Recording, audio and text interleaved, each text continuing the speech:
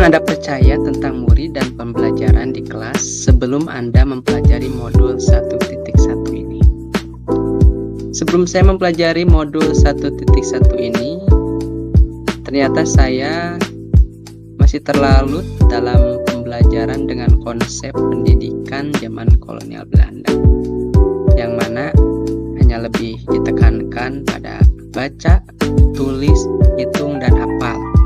Baca, tulis, hitung, dan hafal, yang tentu saja masih jauh dari filosofi pendidikan yang diamanatkan Ki Hajar Dewantara, termasuk juga dengan banyaknya penekanan di kelas, kemudian terlalu banyak memvonis di kelas, dan itu tentu saja tidak sesuai dengan apa yang diamanatkan oleh Ki Hajar Dewantara. Selain itu, saya juga lebih banyak berperan aktif di kelas, mengatur semua hal yang ada di kelas, dan tidak memberikan kebebasan kepada siswa. Semua harus atas keputusan saya selaku guru di kelas, dan ternyata saya sadari benar-benar guru sentris banget. Sehingga saya pun menyadari pembelajaran hanya sebatas penyampaian materi saja, tidak lebih. Jadi lebih dikedepankan itu aspek kognitif. Kemudian pembelajaran berpusat pada guru saja, ya. Catat, kerjakan, nilai. Sudah seperti itu saja. Nah, pada akhirnya siswa pun dituntut oleh saya untuk mencapai standar nilai. Anak harus minimal nilai sekian, dan itu disamaratakan, padahal potensi siswa itu berbeda, ya.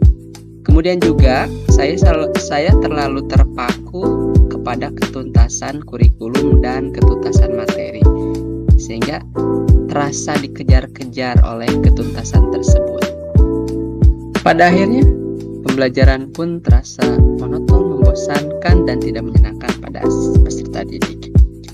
Dan yang dirasakan siswa pun ya membosankan, kemudian tidak variatif. Siswa merasa terbebani standar nilai, dan yang pada akhirnya tidak bisa mengeksplorasi potensi. Apa yang berubah dari pemikiran atau perilaku Anda setelah mempelajari modul ini?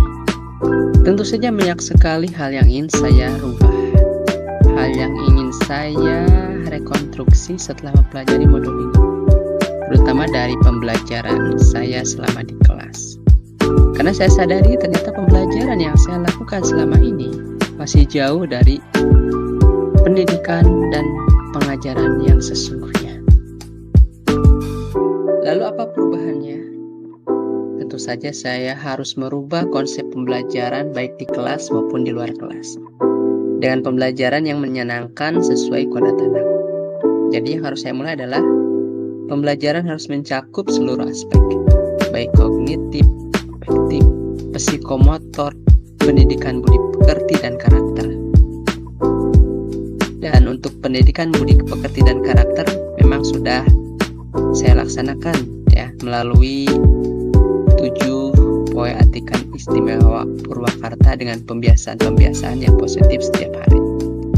Kemudian juga pembelajaran yang berpusat kepada siswa. Guru hanya sebagai pembimbing, fasilitator.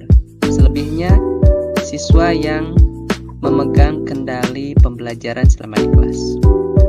Kemudian juga siswa diberi kebebasan mengembangkan potensinya, ya. Mereka harus merdeka belajar.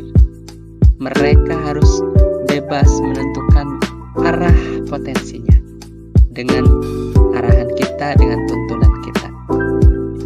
Dan tentu saja pembelajaran yang dilakukan oleh saya harus dengan penuh kasih sayang, agar mereka merasa nyaman selama di kelas,